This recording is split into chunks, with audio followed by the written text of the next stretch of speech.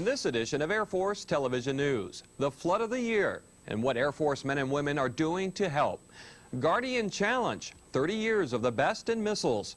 And the Air Force story, seen through the eyes of someone who wrote it down. Hello, I'm Staff Sergeant David Pullen. We begin where we left off 2 weeks ago, the Great Flood of 1997. Late season snows, a late season thaw, and suddenly a big portion of the Red River Valley was transformed from farmland to floodwaters.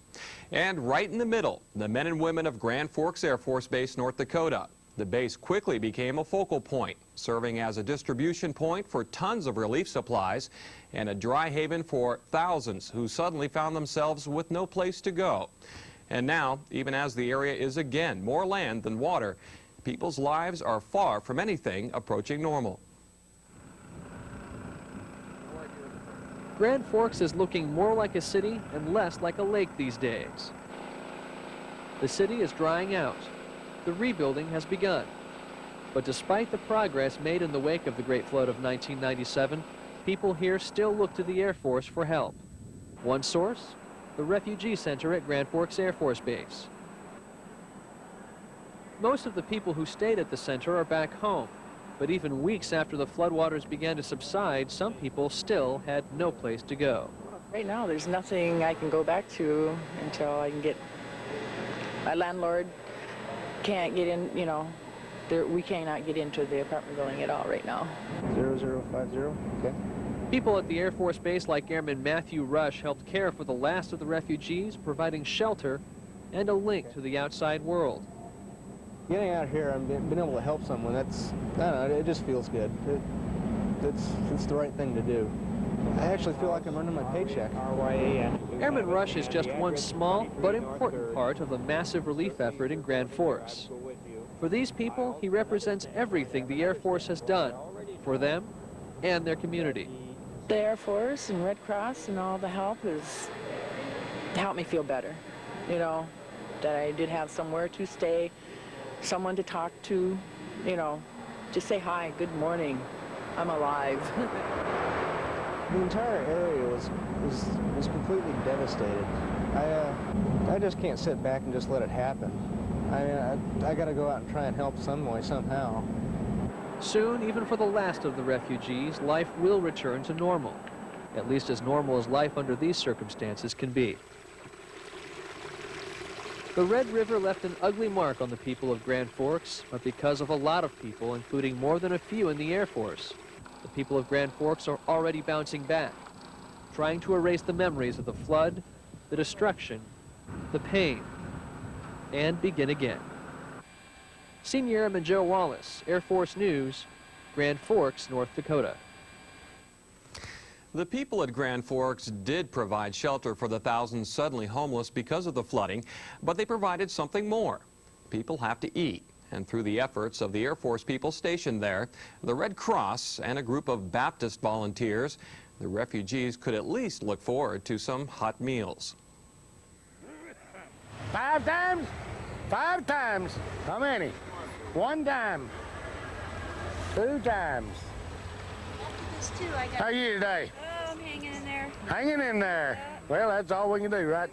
For the Red Cross, 5 plus 1 plus 2 eventually adds up to more than 500,000. That's the number of meals the relief agency has passed out since the Great Flood of '97 hit the Red River Valley. I think it's macaroni, cheese, and sausage. We just came back yesterday, so it's going to help out a lot. And I have to say that I really appreciated these hot meals because I am unable to cook. At my place, I have no heat, electricity, water, phone, nothing. Cooking those more than 500,000 meals for the American Red Cross is the Southern Baptist Convention. Supporting both organizations, volunteers from Grand Forks Air Force Base. Bill Rich runs the effort for the Red Cross. The military and also the military wives have been out here volunteering on these vehicles, being the third party on the vehicle. It's made our job much easier. We've had 3 workers instead of 2, and they've been in here helping to prepare the food. Staff Sergeant Brian Brathwaite has been volunteering since the meals program began. doing whatever is needed. I guess the challenging part is just being there, you know, where they need you. Sometimes you don't always know exactly where they need you, so you kind of play it by ear, listen up, and just help them wherever they need you. The kitchen, as it's called by those that work here, opens at 6 a.m. For about 14 hours a day, 3 meals a day are prepared for a city that, for now, can't cook for itself. It's kind of hard to say you're helping the victims when you're sitting there opening cans or peeling potatoes to feed them. They don't really see it, but they have made a big impact. It really does feel, you know, pretty good just to be there for people, you know, in this time of need that they have. Come on down here. You can't say enough about the support that the base has given to the community and what they've done for the community, from being a home for several families, you know, and still being a home, not to mention all the cleanup and everything else that they have helped, sandbagging, everything that they have done to protect our city, even when we're not even in our homes. So it's been wonderful. The Red Cross and the Baptist volunteers plan to keep providing meals to the victims of this flood-ravaged area for as long as they need them. There you are. All right, Y'all have a fine day, okay? God bless you. Tech Sergeant Pete Cassiano, Air Force News, Grand Forks, North Dakota. The top 3 leaders of the Air Force continue to stress the importance of a strong force and the tools to keep it strong. The Secretary of the Air Force, the Chief of Staff, and the Chief Master Sergeant of the Air Force all saying the mission will be successful only if the methods and means of accomplishing it are available. Sheila Widnall stressed technology, the F-22 and the Joint Strike Fighter, 2 big-ticket items for the 21st century Air Force. Addressing the Air Force Association meeting in Las Vegas, the Secretary made a strong case for keeping the 2 programs on course. These 2 programs fit well within the Air Force budget. They fit well within our time-phase modernization plan. In historic terms, they are a lower percentage of our budget than TAC Air was when we brought on the F-15 and F-16. I think, and I guess the only point I'd want to make is really about this whole life cycle cost issue. You do reach a point in the development of aircraft and technology where it's simply not cost effective to keep old aircraft flying. I am absolutely sure by 2010 and 2015 we will reach that point. The Chief of Staff used the changing way the Air Force does business as his emphasis. General Ronald Fogelman said that one of the keys to a successful Air Force mission is readiness, the ability to move swiftly and decisively, a complete package. We are going to be an expeditionary Air Force. That's the nature of the post-Cold War world. We no longer will sit in garrison waiting for the big one. We're going to be out there engaged, trying to shape events around the world to prevent the big one from happening. And the man who is representative of the enlisted corps is concerned about perceptions. Things like operations tempo, outsourcing, and privatization are creating a confusing atmosphere. It's these perceptions, not reality, that concerns the Chief Master Sergeant of the Air Force. At the same time, we have a perception that a lot of our benefits have eroded. A lot of our benefits have gone away. And so much to the point that, you know, I've had people tell me that they would not tell their brother or sister, their niece or nephew to come in the military, that it's not a good way of life anymore. And so I'm trying to work to make that perception right. Chief Benkin says there are real, tangible reasons for being a member of the Air Force, but he says the main reason must always be to serve one's country. We'll have an extended interview with the Chief in our next program. Well, space and missile crews from 5 separate Air Force bases are the top trophy winners in this year's Guardian Challenge competition. It's the 30th year that the men and women in Space Command have gone head-to-head to decide who is the best at what they do. Sergeant Rusty Barfield, who watched this year's competition, says intense is an apt description for the 5-day event. For these Space Command crews, it's the Super Bowl. Space and missile crews from around the world go through a grueling 5-day competition, including the security police responsible for protecting them. So we got a fault in the SECDEF. I'm checking it out, and it looks like we got fire checklist open, and SECDEF's going down. Lieutenant Gene White counts down the final stages of a simulated Minuteman launch. Okay, all our sorties are properly configured. We need to go key turn. All right, you ready? Hands on. 3, 2, 1, key turn. An evaluator watches every move as new problems are thrown at the missile crew. Hello. Got RDC Soul received. See who it's from. It's this type of pressure that sets this competition apart from others. That's the challenge portion of it. You come into the trainer and you have no idea what they're going to show you because there's just so many things that can happen, or so many different ways that things can be presented, you know. I'm not sure what's happening with the satellite quite yet. Guardian Challenge combines different missions of Space Command. In this scenario, operators work out problems with military satellites in orbit. Well, we've really done it to it this time. I now have a hung task on established control contact. C5. Staff Sergeant John Shellman is going through a checklist. C50. Testing a security system. Initiate. Lamp reset. 1 ground, 17. This is just one of the detailed areas on which his team has scored. All this attention to detail is designed to reinforce what Space Command does. We're not as visible as when you see or hear an aircraft fly over and go into afterburner, but we provide just as much deterrence as anybody else does. More than 200 people from the space and missile arena are taking part in Guardian Challenge 97. At the end of the 5-day competition, the tally board will reveal the best of the best. They'll be taking home the trophies and, of course, the bragging rights. But that's not all. The stuff that we learn going through Guardian Challenge, we pass on to other crews, and they in turn benefit from our training. We're the best, baby. Number 1, 821st Space Crew. Guardian Challenge highlights the mission of Space Command through intense competition. Let's go! Come on, bring it home! Come on! A competition fueled by a desire to be the best while learning along the way. Sergeant Rusty Barfield, Air Force News, Vandenberg Air Force Base, California. If you look back over 50 years of the Air Force, there's a number of things you have to keep in mind. One of them is for 50 years it deterred the Soviet Union and other aggressors from taking the action that they would have taken. They would have undertaken nuclear warfare. The Air Force deterred them.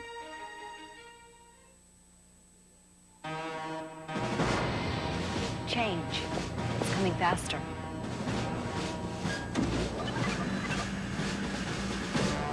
Only those with high-tech skills will excel. Power, Spear 1-1, holding short of 1-6. I'm getting those skills now in the Air Force. It's given me powerful tools, education, training, and experience. With Air Force skills, I can keep up with tomorrow's changes, and so can you.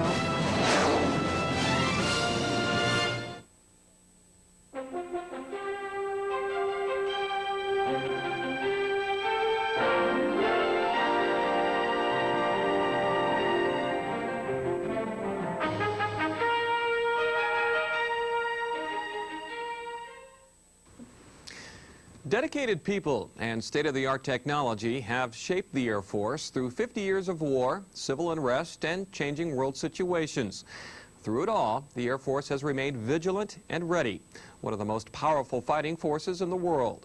Retired Colonel Walter Boyne is a veteran pilot with 23 years in the Air Force and an author of 28 books. He witnessed many of the changing forces leading the Air Force to its place of military superiority today. His latest book, also featured as a series on the History Channel, Beyond the Wild Blue, a history of the United States Air Force, highlights 5 decades of military aviation. I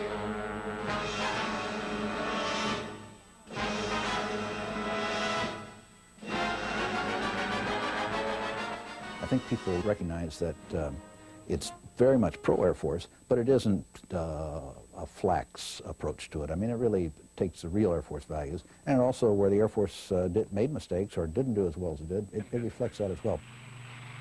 If you look back over 50 years of the Air Force, there's a number of things you have to keep in mind. One of them is for 50 years it deterred the Soviet Union and other aggressors from taking the action that they would have taken. They would have undertaken nuclear warfare. The Air Force deterred them. With that, they were still undergoing all the civil torment that the rest of the country was having. They were successfully integrating the blacks and the women and minorities into the Air Force. I can remember being surprised to see a black cadet in 1951. I can remember in 1954 not thinking a thing about having a black crew member. In that period of time, we went from surprise, because it was brand new, to that's the way it is. They were overcoming the social unrest. They were dealing with things that had never been dealt before, single-parent families and so on. The drug culture had come, and the Air Force had to deal with it. So it did an amazing job in a wide variety of ways, when really all that anybody was really terribly concerned about was, man, stop the Soviets from coming. If the Air Force, United States Air Force, had lowered its standards, that would have been the standards that the Soviets met, and they might still be around to cause us problems. So we really out-technologied them. So the Air Force has managed over 50 years always to be in the forefront, always to be technologically superior, but now it's brought about a situation that the country has to recognize. The Air Force did so well in the Gulf War. It's an amazing thing. Never before in history has any country ever said, we're going to have a war, but we're not going to hurt you. We're just going to take out your infrastructure. And yet, that's what we're saying today. If you do that, and that's the best way to fight a war, I'm all for it. Don't hurt anybody. But to be able to do that, you've got to have the equipment. You have to have stealth airplanes, precision-guided munitions, space stations, space satellites for the communications and so forth, and that's not inexpensive. And the real hazard we faced is, can we convince people that it's cheaper to spend now and not have a war than it is to save now and have a war in the future.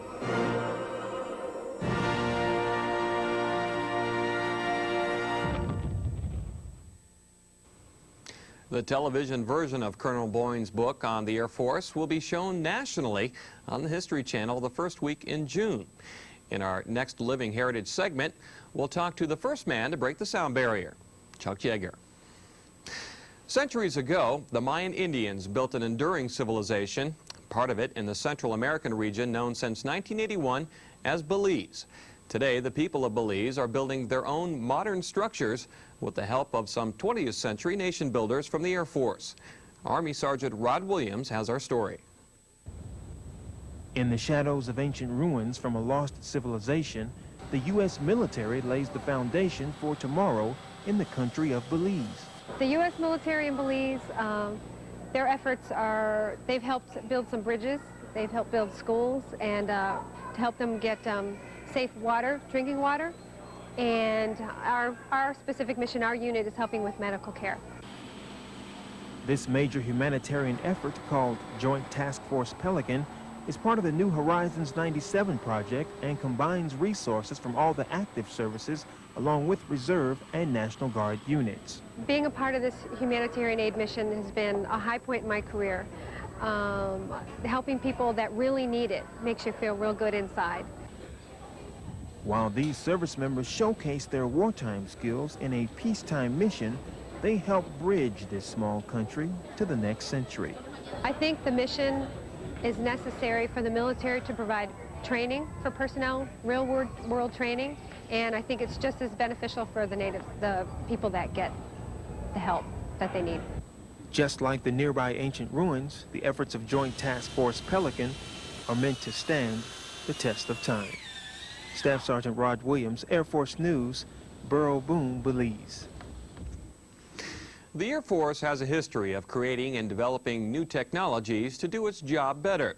For the past 3 years, work has been underway on a system aimed at saving thousands of lives, both in war and peacetime. It's called a Transportable Blood Transshipment Center. Senior Airman Brett Baker tells us what it is and what it will do. It's been a problem for as long as there have been wars. How to get life-saving blood to those wounded in action. Hopefully now, there is an answer to that problem. It may not look like much, but these plain brown metal boxes will one day be found near the battlefields of the future. Before the system was implemented, we had fixed blood transshipment centers. We didn't have the ability to transport them around, so this provides an extra capability for the warfighter. Go! The system Lieutenant Dawson is referring to is called the Transportable Blood Transshipment Center. Basically, it's a portable blood bank that can be flown just about anywhere. Its primary advantage is that it can store mass amounts of blood near the battlefields. Equipped with freezers, storage rooms, and shipping facilities, this mobile blood bank will ultimately save countless lives. All told, a total of 5 of these units will be built. Once construction is complete, they will be pre-positioned around the world so that whenever service members are wounded in the line of action, they'll be able to receive blood whenever and wherever they need it. Senior Airman Brett Baker, Air Force News, Kelly Air Force Base, Texas. Still to come, the thunder over Louisville strikes a loud chord for the Air Force 50th.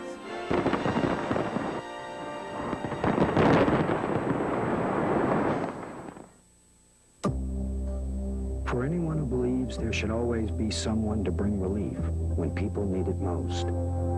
For anyone who thinks people in need can mean any people, any time, any place. For anyone who believes a little knowledge taught in a lot of neighborhoods can make a family safer, then you must believe the Red Cross is a pretty great thing.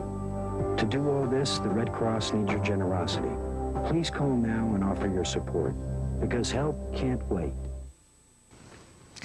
It's that time of the year when colleges and universities graduate their best and brightest. At Texas A&M at College Station, there was a distinct Air Force flavor to this year's commencement. Air Force Secretary Sheila Widnall delivered the commencement address. Staff Sergeant Eric Whitmore has our story.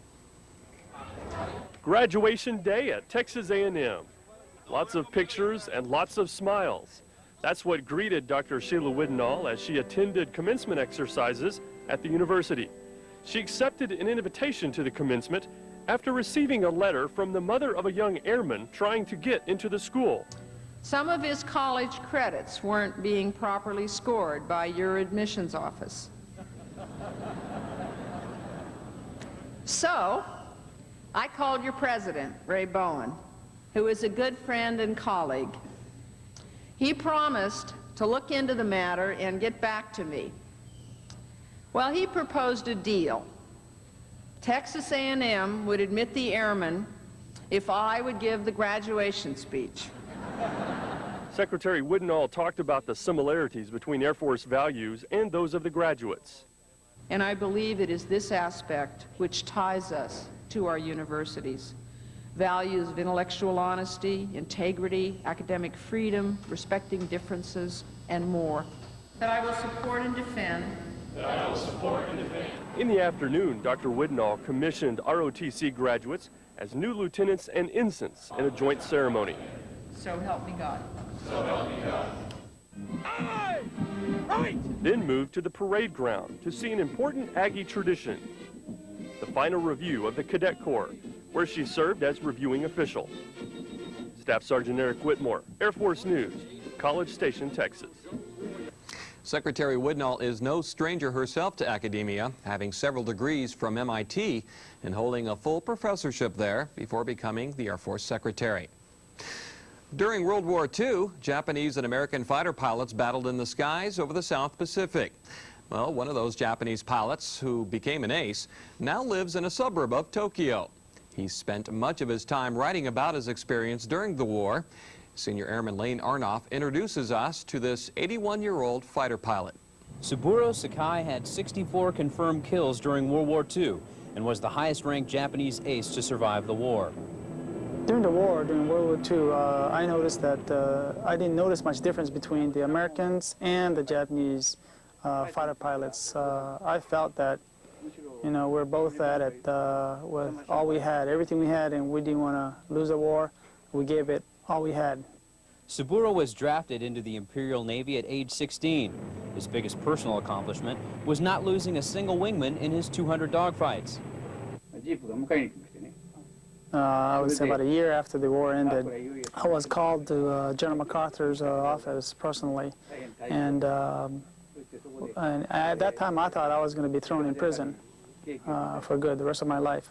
However, they served me tea and cake, and I thought, what a way to be treated as a prisoner. And as the conversation went on, I asked, if I'm going to be thrown in as a prisoner in the jail the rest of my life. He says, no way, you're a hero. Now, 50 years after Japan's surrender, Saburo's house is full of memorabilia from the World War II era. At that time, I felt that if they're going to put me in prison anyway, why burn these photos that I have? So I went ahead and retrieved those photos, and I kept it. And now it turned out all the photos and things that I kept are the resource for me to write all the books I'm writing right now. Mr. Sakai not only spends a lot of his time writing about his fighter days, but still gives lectures on aviation to American and Japanese pilots to help them better understand what it means to be a fighter pilot.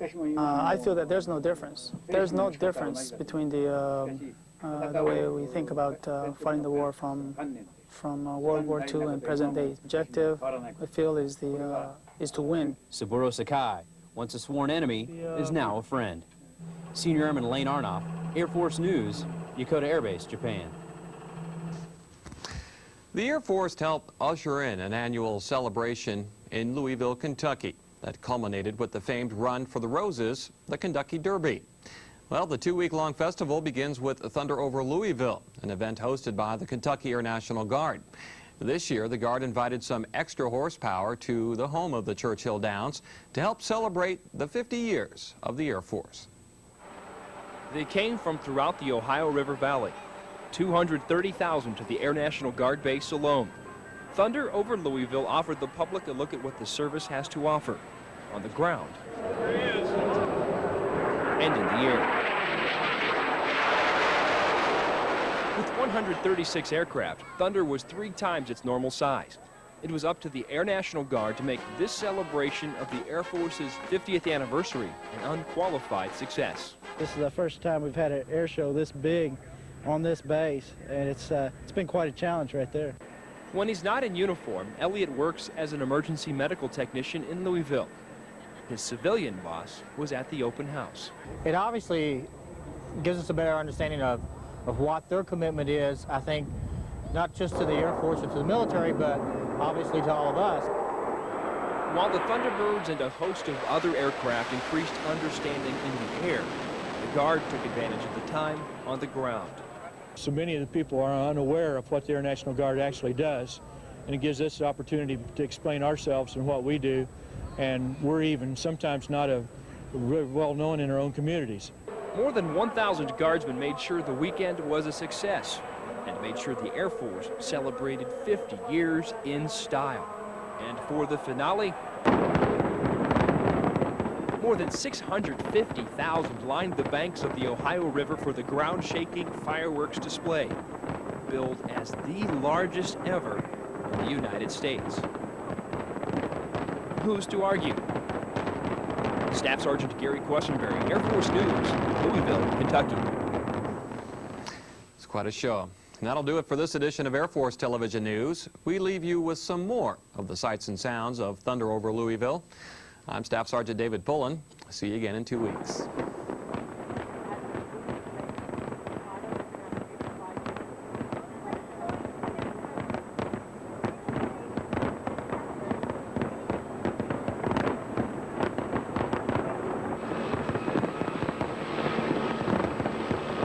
Tower Control, you're cleared for takeoff. Tower Control, it's 990, cleared for takeoff.